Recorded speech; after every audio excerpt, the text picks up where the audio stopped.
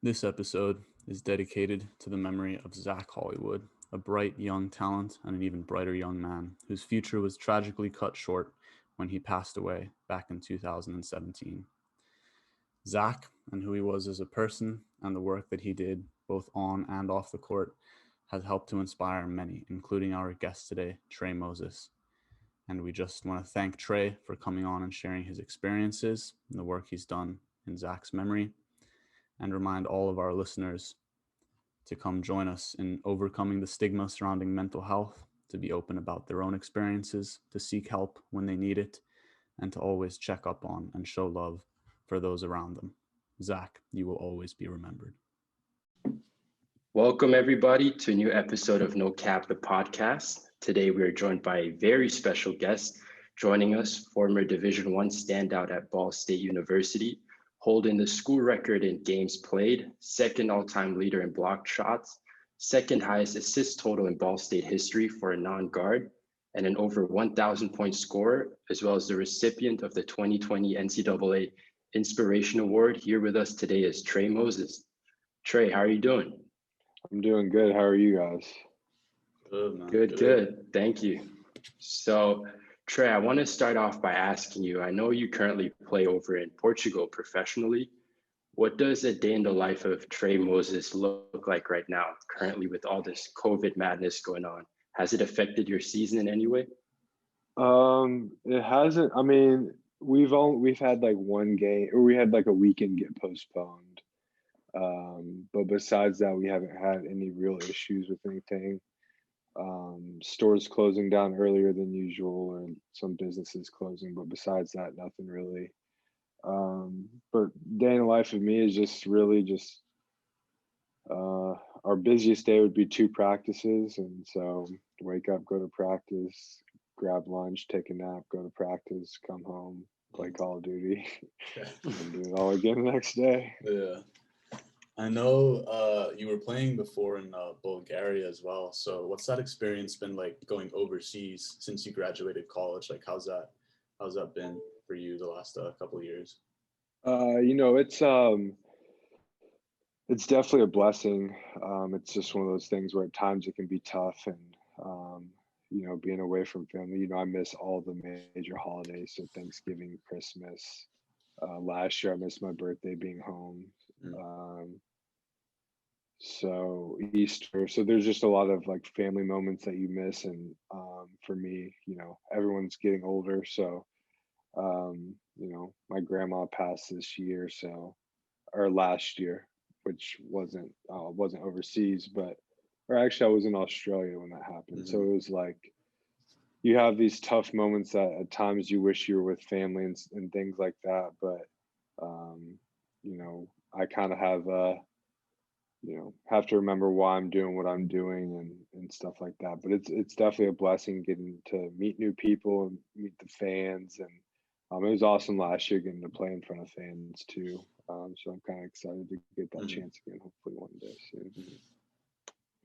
What have you noticed kind of is the difference playing basketball overseas compared to the States? I think overall, like, it's more skilled over in Europe. I think like from a younger age, like guys are more skilled. So like last year we had a 15-year-old practicing with us every day, and he was able to, for the most part, hold his own. And then this year early on, we had a 16-year-old practicing with us who, for the most part, could hold his own. So I think like you see that from different teams, kind of as you move around, but and then I think the physicality as well. I think it's more physical basketball over here than back in the States. I want to throw it back a little bit to when you were going through high school back in Kentucky. You were one of the top ranked players in the state. So what was that high school process like, and when did Ball State start to show up for you in terms of the recruiting process? It's kind of crazy because like you say, like I was top whatever, but for me, like I didn't feel that way. Like I didn't get my first Division I offer until my junior, or going into my senior year, like that July.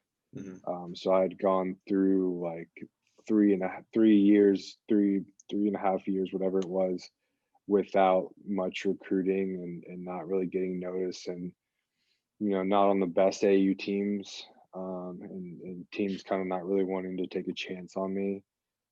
So it was kind of my juniors or going into senior summer where I got with Hoop Dreams. That was my AU team, and we had a crazy summer that year. We won a lot. Like we were Under Armour circuit, but we weren't like fully sponsored. And so we went to this Under Armour tournament in Pittsburgh, and we finished top 4, and we were like the only non-fully sponsored team in that top 4. And there was like, that summer where I played Bam Adebayo, I played a couple other big time names. Mhm. And it was like we always held our own, but we weren't like, we were just a bunch of scrappy guys. We weren't the most talented team in the world, but we were just a scrappy team, and that kind of helped and showed that I could play, with kind of anyone. And so my first offer was Northern Kentucky. I think Ball State was probably like 8 or 9, and I remember the assistant coach at the time, Brian Thornton, who's like second dad to me, but he ended up leaving going into my senior year of college. But he's like 6'9", 6'10", looking me eye to eye, and he was just like, "Good game, big fella." And I was like, little shy, about to be senior. And I was like, "Thanks." So it was literally just after we played Bam. So it was like one of those moments like I'll forever remember. But and so I took my visit like a month or so later, and committed on my last day of my official. What was your experience like at Ball State? Because kind of as we mentioned in the intro, you had a really illustrious career. I think you were all MAC player, right? Defensively, you scored over 1,000 points. So what was that like, kind of your development over those 4 years, and also getting to play for Coach Whitford? I think it's one of those things where there's times where I look back and it's like, I think I could have done more. And it's not that I didn't try or didn't play hard. It's just, at times you just look back and it was games or moments where like, dang, I could have been better. But man, it was amazing just being able to play for Coach Witt, a coach who cared more about you as a person than he did as a player. But in practice, he would push you hard, and in games, he expected the best. In the classroom, he expected the best, and in the public eye, he expected you to act a certain way. And I think I grew so much as a person from my first day on campus to my last day. We still keep in touch to this day, but outside of basketball, I think is where I kind of made more of a name for myself, and that's what I kind of am most thankful for, is that I made such an impact in the community. And it's something like from basketball standpoint and that standpoint, like I came into college not expecting to, I didn't know what to expect. I feel like I was under recruited, under appreciated at times in high school. Like I feel like a lot of people didn't take a chance on me, like I said. I had a lot of guys in my class that were supposed to be better than me, and no offense to all great guys, but it just didn't turn out that way. Like I had proved everyone who told everyone else around me that I wouldn't be what I am today. And so it's kind of a blessing that I've everyone wrong. You mentioned what you've been doing off the court, and you've always been very involved in the community, especially back home in Kentucky, and you were involved in the Best Buddies program and doing a lot of coaching and mentoring for young kids there. So can you kind of talk about not just where that came from, but how important it was for you to be able to give back to your community and kind of act as a role model for a lot of these kids? Yeah, I think it's one of those things where I think it's my passion for kids in general. Like I love kids, child development major, want to be a preschool teacher kind of thing. Want to open my own school if I make it, big enough to where I have, a ton of money to be able to do that. But I think it's just my passion for kids and my passion for those with disabilities, and wanting to just make it a better world for those people and people with who deal with kind of mental illness, trying to end that stigma, but kind of trying to be a voice for all those people. And I don't know where it came from. I think I would give a lot of credit to my mom in a sense, just because I saw the giving back side from her. At a lot of times we didn't have a lot of stuff, and she still found a way to give back to people or give to people who needed it more than we did. So I saw it from that sense. But I think, it's just important to me. I see guys like LeBron give back. I see guys like him, and that's kind of a role model, obviously on the court. But I think I give a lot more credit to what he does off the court. And that's kind of who I strive to be. I know you also started a brand called 24 Reasons, I think back in 2019. So what was the concept behind it, and what does 24 Reasons mean for you personally? Yeah, so I lost my best friend and teammate my junior year at Ball State from taking his own life. And it was definitely tough to deal with. And I tell everyone, if anyone had to go through it, I'm glad it was me, because I know how hard it was, and I wouldn't ever want anyone else to go through that. But I wanted to do something bigger than the both of us. I wanted to do something that would impact others' lives. I wanted to do something where you could, look down at your shirt, look over at your wristbands, whatever it was, and just try to find some sort of hope, some sort of inspiration to just keep pushing. And for me, that was kind of this. And so it's 24 Reasons because he was number 24. And then I asked his family if I could keep wearing, or if I could wear 24 in his honor at Ball State. And I keep wearing it. I'm wearing it still now, but it's just one of those things where I wanted to do something bigger than the both of us, and to keep kind of his legacy on, in a sense, because I know that if he was here, like, he would be making impacts in this world, just how I am. Because we both had like same passions and similar sense to some stuff, but 24% of each purchase goes towards charity. So we have 24 different charities, and I think it's all stuff that Zach would care about. So there's mental health, there are humane societies, there's all these different things. But I think just trying to help in any way I can these different places is important for me. Can you, just kind of touch a little bit on, what the bond and the friendship you guys had meant to you and still means to you this day, and also how you were able to take, a personal tragedy and something difficult to deal with and turn that into almost like a beacon of hope, and like you said, something bigger than just the two of you, but something for, so many people out there struggling with some of the same issues. Yeah, so it started off, I knew he was a special education major coming in, and that's what I was at the time. So this would have been going into my sophomore year. His first year would have, like, that summer was his first time on campus.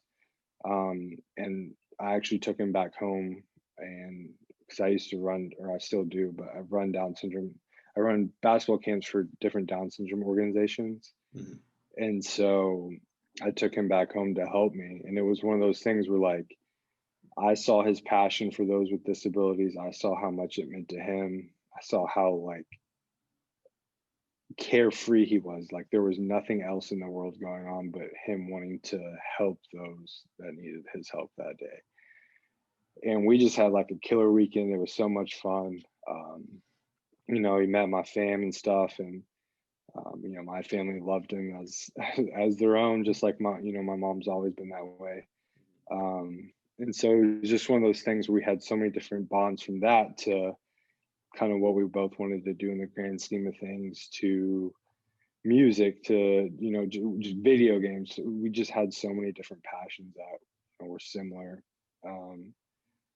but we were also both very open with each other. I think that's not something that's pretty usual that quick. But then I know he had dealt with some stuff, throughout that year. His mom had passed away, um, and then I was dealing with some stuff too, and I actually like tried to take my life um, my sophomore year. I just remember him, talking to me like, why didn't you tell me? Like, I'm here for you, like that kind of stuff. And it was just like, I don't know, man, like just a low point in life. And, that was a big summer for us. We were in the same lifting groups and the same shooting groups. So we were both excited to play with each other for the first time, which would have been my junior year, his redshirt freshman year. We were just coming off my first time going to Cleveland for the MAC tournament.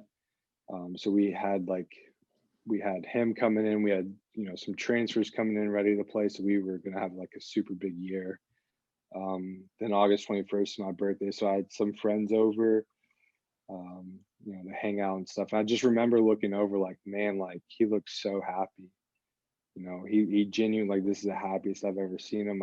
Like I can just still see it to this day what he was doing. And it was just one of those things where like that moment, like there was nothing else that mattered. Like I know it was my birthday, but there was nothing else that mattered other than him seeming so happy, because I know what he had been through over the last couple of months. I know that it was rough for him. And then he left, gave me a hug, said bye, I love you. And then about I went to bed shortly after. Then about 4:08, 4:12, like 4:15, 4:16, he called 4 times and I left 2 voicemails. And then I get up to go to class the next morning. And when I tell you guys, like I was the worst and like getting up on time, like I would leave like 15 minutes before class, rush to class, and try to really just get there as quick as I could. But I was not about waking up earlier than I had to.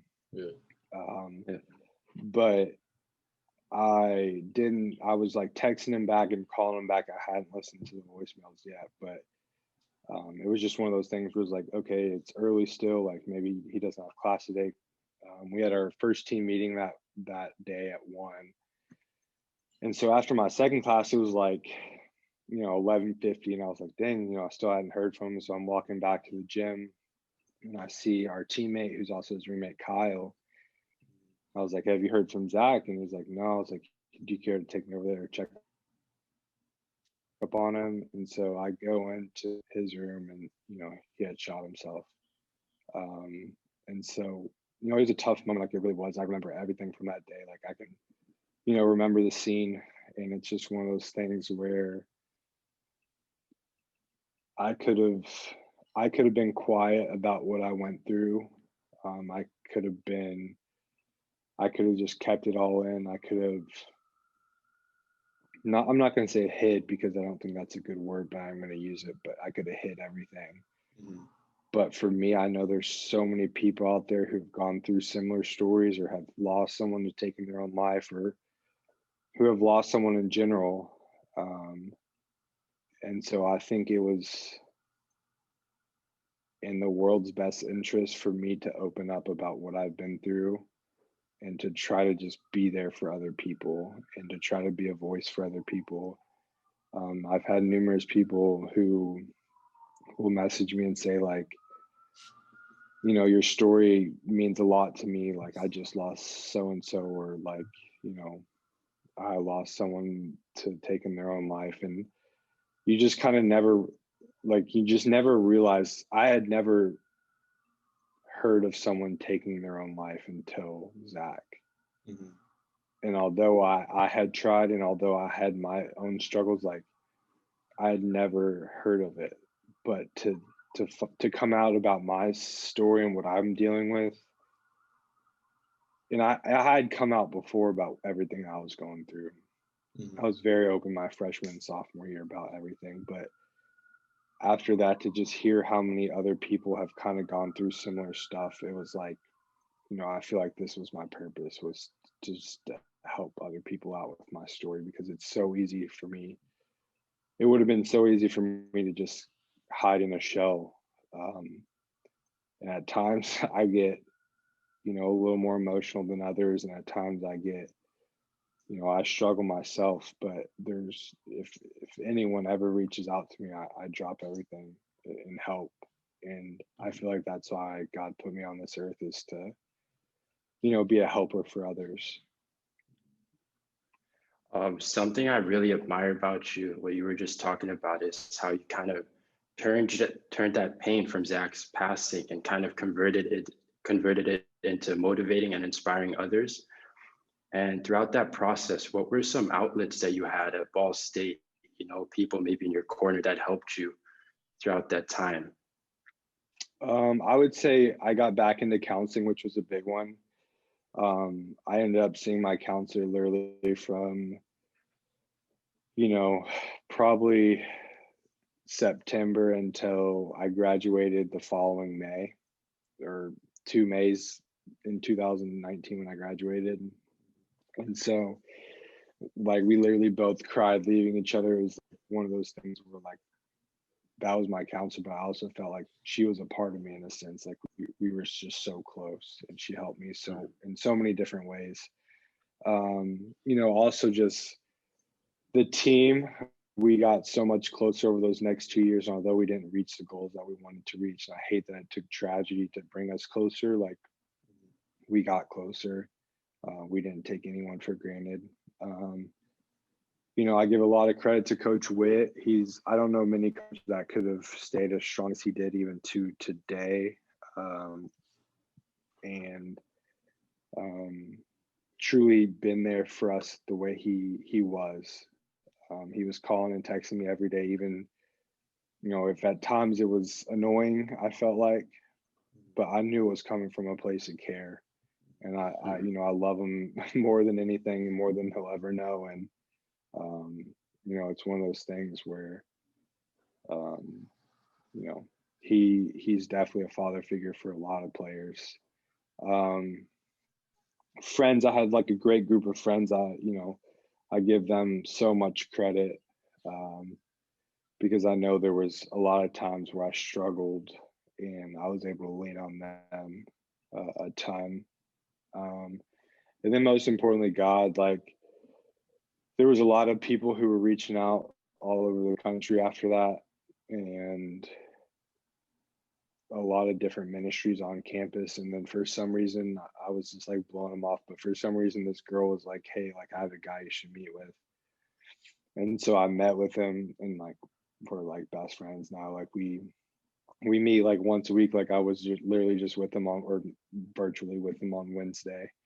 But we've been close. I was at his wedding this summer, and then I ended up getting baptized that December. So my spiritual journey has been very up and down as well. But I give a lot of credit to God for putting me where not always where I want to be, but kind of where I need to be. You've always been pretty open about talking about the fact that you've had your own struggles with mental health not just throughout college, but throughout middle school and high school as well. So, from a young age, kind of how hard was it for you not just to accept and realize what you were going through, but also to start to be able to actually open up about it as well and talk about it? I think it's one of those things where it's like, back then, like, mental health was not talked about whatsoever. So like, I had no idea what I was going through. Yeah. And so to write a note to my friend and say, like, I don't want to be alive, like, I had no idea what that was. Like, I knew I didn't want to be alive, but I didn't know what that feeling was, like, where it was coming from, anything. And like, you guys are going to be the first ones to kind of ever really hear this, but I remember the counselor coming up and talking to me. And I've always told everyone, like, I gave this BS story, but I'm going to tell you guys the real story. Like, she was like, what's going on? And I literally was like, I don't know. Like, I had cereal for dinner last night. Like, it's just been kind of rough at the house. And like, I did have cereal that night, but it was like the most BS story I could have gave. And she believed it. Like, and it kind of makes me sick to my stomach. She was a great counselor. Like, not that, I don't know, middle school is a little different, so it wasn't like a counselor, but it was like our 7th grade counselor type thing. but it's like so many kids have given that same BS story, and then day later, week later, they're not here anymore. Mm-hmm. And I'm very thankful that now mental health is talked about more and it's kind of being taken more serious. I think it still needs to be taken to a whole nother level, but I think it's important to know that we've come so far from that time. Um, but no one knew. I mean, she knew, my mom knew, but that BS story kept everyone from knowing what really was going on. Mm-hmm. And I started self-harming in high school. No one knew. I remember telling like my girlfriend my junior year, and then she didn't tell anyone. I remember telling my dad her telling my dad my senior year, and he was like, "Oh, that's why he's like always wearing sweatshirts in 70-degree weather." Mm-hmm. And so now, like, I still do that to today, although I don't self-harm. Like, I just became used to wearing, like, I always wear sweatshirts. I always have my hood up, and it's not the hood and the sweatshirt, it's all a comfort thing for me. Like, it's just kind of like a safe space for me. But it's just one of those things where I feel like I hit it so well, in that if I would have happened during that time, like, they would have looked back at that moment like, dang, like, we knew.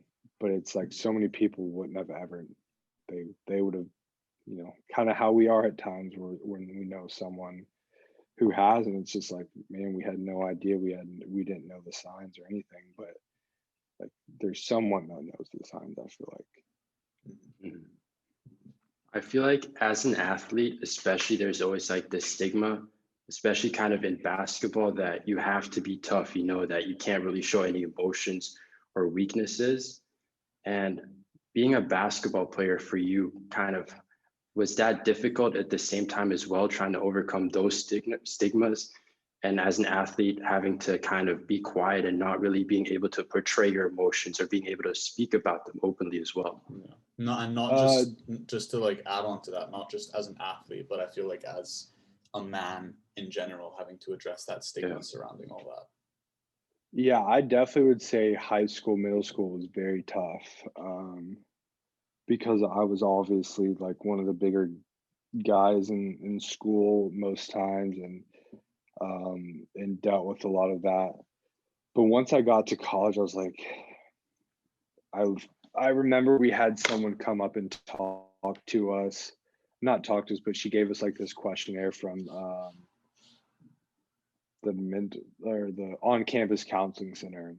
Mhm. And so I was just like, okay, I'll just F it. I'll just answer everything honestly. Sorry, I mean, I didn't cuss, but I didn't need to, No worries. No worries. but I was like, okay, I'm just gonna answer honestly. Don't think much of it, because the last time I answered honestly, it didn't turn into much. Mhm. But she literally came back the next week, and I started meeting with her my freshman year. And that was my first taste of counseling. It was my first taste of knowing what I had gone through and was going through. And I was actually diagnosed with severe depression my freshman year. And that's when I was like, man, like, I had just gained like 2,500 followers because I had like a viral tweet on Twitter. And I was like, wow, like, I have this platform and I could use it selfishly, or I could like start opening up a little bit. And so that's when I started to like really speak on mental health. And it wasn't like I was some star athlete, because I wasn't. I had a good freshman year. Sophomore years kind of was my more of my breakout year, but that freshman year is like when I really spoke out on it, because I didn't know what I was going through, but I learned kind of what I was going through. I still didn't know how to handle it. I still didn't know how to deal with it, but I knew what I was going through. I knew how me speaking up could also help someone else go get the help they needed, or have them ask questions about how I kind of figured stuff out. And so that's kind of where my head was at back then. Mhm. How impactful was it for you when, a couple of years back, you had guys like Kevin Love and DeMar DeRozan and, certified NBA stars start to come out and, start to address this stigma and talk about issues of mental health and, a space where it wasn't really talked about before, as you mentioned? I always kind of get this question, and I was like, or not that I always get this question, but I always speak on this in a sense. But I'm not going to sit here and act like I started this trend, because I'm sure Kevin Love doesn't know who I am. I'm sure DeMar DeRozan doesn't know who I am. Yeah. But I kind of opened up my freshman year, and so to see the impact I've had from my freshman year to now in my community, in the Muncie community, and in Louisville, and all the people that follow me, it's like, I know I've impacted lives. And so to see Kyle Guy come out about it, Kevin Love come out about it, DeMar DeRozan come out about it, Michael Phelps come out about it, people who have so many more followers, so many more interactions, so many more eyes on them, it's like, holy crap, like I can only imagine the amount of lives they're saving, the amount of lives they're changing, because there's so many people who have that stigma around mental health. But like us athletes at times are looked at as like superstars, or are looked at as like superheroes, like we're untouchable. And so to have guys who are on that level come out and speak on it, it's like, okay, maybe this is really going to start going somewhere. And so it was kind of amazing to see, and I'm very thankful for those guys. They may, like I said, they don't know who I am, but Kevin Love's always been my favorite player from his Minnesota days, so that's why I'm a Timberwolves fan.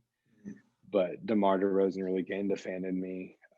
Kevin Love gained my respect even more than he already had it. So I think it was amazing to see. I know you kind of touched on this before, and that you kind of aren't in this for the clout or the fame, but because you genuinely want to help people. But what was it like getting recognized, I think, last year for the NCAA Inspiration Award? Yeah, I mean, it's like you said, I don't do it 'cause at first it's like, people were saying, but it's like, what do I get out of this? I don't get anything. I want to just help people. And so to get something like an award for it only goes to show like I'm actually impacting people, because for so long, like, not there's still even moments today, or like up to this point, where I'm like, okay, like, are the little quotes I post on Instagram on my story, are those really impacting people? Or is me telling my story, or me talking about what I'm going through, or like, is that really impacting people? Me writing my story and it getting published in Andy Star about my first time writing my story, like, did that really impact people? And so to kind of get that award, it kind of showed that like I really was impacting people, that everything that I had been through and talked about, it was. And that's why, like, if I could just save one person from taking their life, like, my job's done. And I feel like I've saved, I've changed, I've done so much more for just one person. So, if I were to pass today, like, I'm so thankful and grateful that I had the platform to be able to save lives, and change the stigma around mental health. Do you think like the events of the last year, and a lot of people being in quarantine and spending a lot more time alone, and maybe a lot more time addressing things that they might not have before, do you think that's kind of pushed more people towards having some of these conversations around mental health and overcoming that stigma? Yeah, I mean, I think it definitely has. I think a lot of people who may not have known kind of what depression, anxiety was, really felt it over this time, where they couldn't see anyone, they couldn't be around anyone but the people that were living in their house, they couldn't go anywhere. So I think all those people felt, to a certain degree, some sort of mental health issue. And so I think the people having a platform speaking up on those things now are kind of pushing that onto people who may not have ever listened before, because they're like, oh, okay, like, I'm feeling this now. And so like they're doing their research, or they're trying to get help, or they're trying to do online counseling, and they're trying to do whatever it is. And so in a sense, I think a lot more people are dealing with it, or a lot more people are realizing they're dealing with it. And I think the shift in the stigma is really starting to change now more than ever because of quarantine. And I mean, just going to say it, a lot of people losing their life because of COVID, and all these things, and all these things factor in to mental health because there's so many different types. And so I think, I don't know if I'm answering your question or not, but No, I kind of 100%. just ramble at times, but 100%. but yeah. What would your advice be for younger people and people in general struggling with mental health? How could they start talking about some of the issues they're going through and kind of initiate those conversations without the fear of being possibly judged? You know, it's definitely tough, because, you know, depending on where you are, that stigma is a lot greater. Being a male, being a black male athlete, like I definitely felt that. But it's one of those things where my biggest advice would be to speak up, to tell. I was always told not everyone needs to know, just a few good people. So telling those few good people in your life that you're struggling and you may need help, or you're struggling and, you know, you need to figure something out, like those people may, if they really care about you, they're going to help you get help. They're going to do whatever they can to help you. And I think that's important, because for me, like telling my story was what I felt was best to help others. But not everyone wants to help others. Like not everyone is at that point in life where they want to help others. So for me early on, like I wasn't there. And I wish I had told someone early what I was going through, because I would have gotten help earlier, kind of when I needed it most. But I think that speaking up and opening up is the most important thing you can do. And that, I think that shows the most strength. Mhm. Yeah. Just as kind of a last question to throw out there at you. If you had the opportunity to go back to, you know, a younger teenage, middle school, high school Trey Moses and talk to him, what would you tell him? My favorite thing to say is it's okay not to be okay. It's kind of what I live by, what I go by, and what I tell everyone. I would say that. And then something Coach Witt always tells me is never get too high, never get too low. And it's something that, you know, I deal with to today. Like today I had a rough game, and, you know, I was bummed. And it's just remembering never get too high, never get too low, because there's more to life than basketball. And I wish I would have found that passion outside of basketball earlier than I did. But, you know, I look at hindsight 2020, maybe I would have been as passionate about the stuff that I am Yeah. now. Man, this was really amazing, man. Thank you so much for opening up and sharing your story with us. Yeah, man, appreciate you guys having me on. Absolutely, man. Appreciate you coming on, talking about your experiences, and you know, touching on things that I think are really important for, you know, for people to consider and take into account these days. So, you know, you're a real role model for doing what you've done, speaking up about it, and, you know, I'm excited to just see you keep using your platform, man, and to keep touching lives. Appreciate that, fellas.